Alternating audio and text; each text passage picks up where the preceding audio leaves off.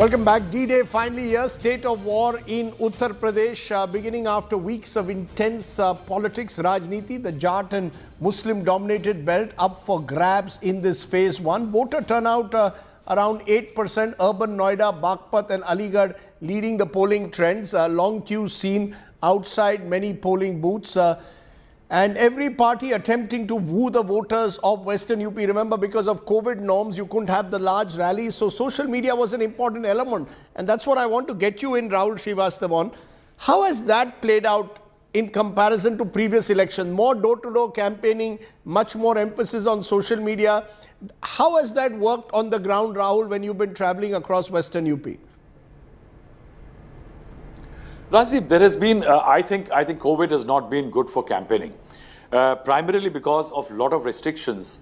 You see, there was a period when there was virtually a complete lull as far as the campaigning is concerned. An organization like the BJP has an advantage, primarily because the BJP has an organization like the RSS, which is constantly working on the ground. It is an organization which might have started campaigning for 2022 in 2019. And in that, the BJP has an advantage that there were people already there were boots on the ground. But when the push had to come to the shove, at that time there was a gap. You see, the BJP campaign is built around two very strong personalities, Rajdeep. In that, there is one Narendra Modi and then there is Yogi Adityanath. And that lull, that physical presence to be watching a leader which impacts, and if you recall the 2017 elections, it was Narendra Modi's presence in the middle of the voters that actually galvanized the campaign for the BJP. And the same happened sometime even in 2019. I think the campaign missed something like that. Also, with somebody like Akhilesh Yadav, I think being the lone star campaigner in his own party, a restricted campaign, definitely not good news. He has a very strong social media team. He has a WhatsApp groups, I think a few hundreds of them, through which he communicates to various voting segments. But again, the fact is that once you're not holding hopping those 19 rallies a day, hopping through helicopters, that does create a bit of a absence, which I will say, as far as the voter is concerned.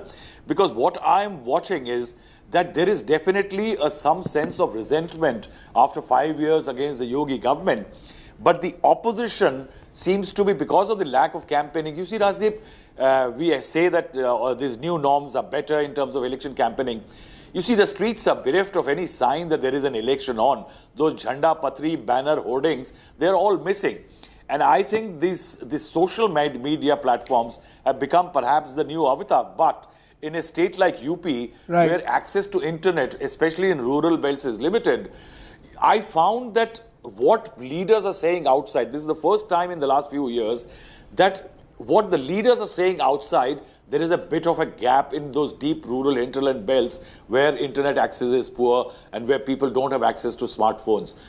It takes a bit of a delayed time. For example, today's Prime Minister's message yesterday night's might not have reached a lot of people in rural UP. Western UP, of course, a little bit more urbanized, and therefore you've got many more urban and semi-urban centers compared to other parts of Uttar Pradesh.